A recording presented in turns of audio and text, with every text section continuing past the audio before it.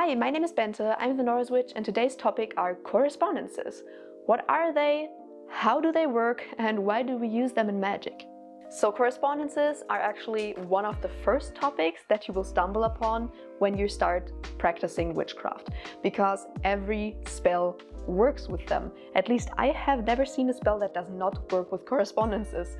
You will see things like, oh, the color red has correspondences with anger, or oh, you want to cast a spell for money, then you have to work with cinnamon and citron because they have correspondences with attracting money. And as a beginner, you might be kind of confused because you're just dealt these facts and you sit there like, but why? What are these weird correspondences? What do they mean? Why do we use them? What the heck? So I thought in this video I would give you a quick rundown on how I personally explain correspondences to myself, how I believe they work, and why we use them in magic. I am not a scientist though, nothing that I say in this video is scientific. I can scientifically prove that what I'm saying is correct and I don't claim to do so. This is simply how I like to explain it to myself and what makes sense to me logically. Just to put that out there. I'm not a scientist and I'm not claiming that this is a scientific fact.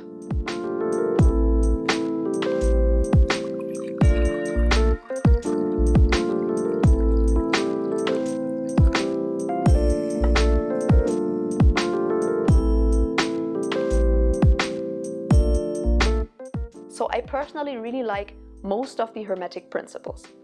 If you have no clue what they are, I actually have a video on the Kybalion where they are from. Well, a lot of them are from earlier texts, but doesn't matter. If you have never heard about the Hermetic principles, then in general I would advise you to read up on them, because most people kind of use them as an explanation on how magic works. And I basically all but one, and which one that is I actually also talk about in the video on the Kybalion, but that's not the point of this video. But yeah, so in general, if you have never heard about the Hermetic principles, I would suggest you to read up about them. If you have read up about them, then everything in this video will make a whole lot more sense to you. So let's get into how I personally explain correspondences to myself. Why does the color red have anything to do with anger, and why does the crystal citrine have anything to do with money? So first of all, we will actually have a look at the Hermetic principle of vibration, which says that everything that exists vibrates. Nothing stands still. And that is actually also scientifically proven. Even matter, even the table in front of me, or this pair of scissors, or the camera that I'm filming with, everything moves constantly because everything is made up of atoms, and atoms in themselves move. We're actually made of very, very little matter, and even that matter moves all the time. So that's actually one of the Hermetic principles that's scientifically proven. Nothing stands still, ever, not even matter. It just simply looks to us as if it was solid, but it isn't. And if you think about it, if you, for example, take something and spin it very, very fast, at some point it will also look like it's not moving, but you know it's moving very fast. So it's just a trick that our eyes and our brain plays on us. Actually, nothing stands still. And matter only vibrates on a lower frequency than other things. So for example, light, which then in turn also translates to colors, and sounds, for example, they just vibrate on a higher level than matter, and that is why it looks to us as if it was solid. So yeah, as I said, everything moves all the time. But everything moves in kind of a different frequency, so it kind of has a different quality to it. So for example, matter has a different frequency level, a different quality than light or sound or smell or even your thoughts. And what I find extremely interesting is that I actually read at some point, and sadly, I didn't find the article that I read anymore. Otherwise, I would have put it in the video description, but I couldn't find it anymore. So, of course, take this with a grain of salt. But I read at some point that you can actually turn sound into light by basically heightening the frequency, like putting the sound up a lot of octaves, and at some point the sound will turn into light. How crazy is that? And this is where we come to how correspondences work. I personally believe, or I explain it myself in the way that if you look at a color, for example, and a concept like money, for example, the color is something different than a concept or a thought or something like that. And a crystal is something completely different than a color or an herb or a planet or an element, for example. But they just have a kind of similar frequency, and that is why they correspond to each other. So for example, the color red and the feeling of anger. They're two completely different things. They have nothing to do with each other, but still they have kind of a similar frequency in which they move and vibrate. That is personally how I like to explain myself how correspondences come to be. And I believe that is also why some correspondences are different for different people. So for example, colors are a typical topic where that's the case. So for example, with red, one person could associate red with love and another person won't. Or one person will associate red with anger and another person won't. I like to think, at least, or it makes sense to me, that that's just due to the fact that these energies just feel different to each and every person. So there are, of course, a lot of overlaps where people agree with each other, but every single person perceives these movements, these vibrations differently, and that is why I believe also correspondences can look different for different people. So yeah, that is how I personally explain correspondences to myself. That is how I believe they work or why they exist.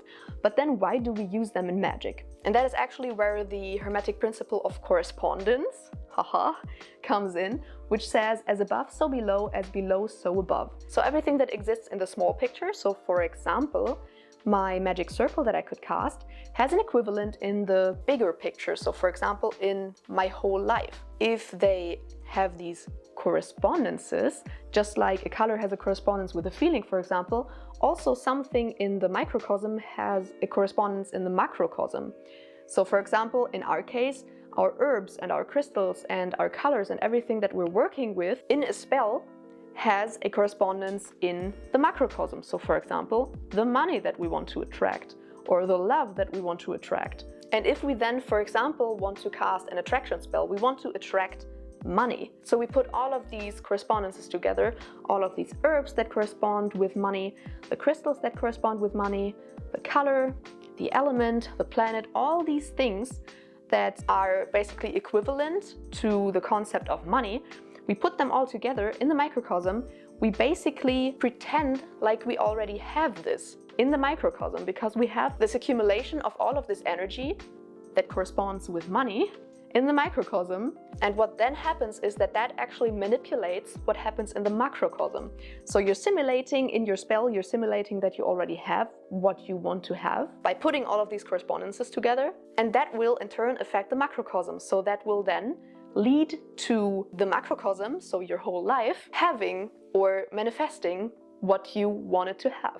So that is then where the money comes in, because the macrocosm basically reacts to the change in the microcosm. In the microcosm, you put all of these money correspondences together, you basically put the money there, so that manipulated the macrocosm and it manifested the money. So yeah, I really hope I explained that in an understandable way. It's a very complex topic, and to understand it is kind of brain gymnastics. So I really hope that that was understandable, because explaining it also in English makes it even harder. I would have been much better in explaining that in German, but it would have helped nobody. So I really hope it made sense and it kind of helped some of you to understand how correspondences work. And actually something that I wanted to also talk about in the context of this video is that that's also why, for me, this whole thought of you have to vibrate on a higher frequency just does not make sense to me. It doesn't make sense to me. Like, matter vibrates in the lower frequency, and maybe like a thought or a deity or a spirit or something vibrates in a higher frequency, yeah, but that doesn't mean that one is better than the other. It's just a different frequency. It's just a different vibration. It's not better or worse than the other. So, hello cat, I have a visitor. So yeah, that is why personally to me, this whole you have to vibrate in a higher frequency is complete and utter bullshit. I'm sorry if you believe in that, but to me that just does not make any sense. It basically just demonizes matter, and that doesn't make sense. And also it's just toxically positive. It's, yeah. If you have seen the whole video, you probably now understand why this concept does not make sense to me at all. But yeah, as I said, I really hope I explained it in an understandable way. I hope I helped some of you out there who were struggling with the thought of correspondences and how they work and why we use them. If you believe in a completely different thing concerning correspondences, then please tell me in the comments, because I really love thinking about the whole concept and how it works and why we use it and everything. So please tell me in the comments what you think about correspondences and vibrations and everything like that. Let's have a discussion. But before I finally close this video, patron shout out. Thank you very much to Anna, Qboard, Mode, Kaliach, Lorna, Victoria, Alexander, Laura, Bert, Amber, Kristen, John, Ivy, Phoenix, Anton, Noemi, Jenny, Tyler, Els, Betty, Misty, Cameron, Tiffany, Amy, Colette, Soren, Braden, Tell, Timothy, Coffee, or the Honorary Gossip Squirrel, Bjorn, Scylla, Ash, Lucy, and Joss. And as always, I really hope you enjoyed this video. If you did, make sure to subscribe and give it a thumbs up. And of course, check out my Instagram and my TikTok, and of course my online shop. And maybe you want to consider supporting my channel, then you could also have a look at my Patreon. And I will see you in the next video. Bye!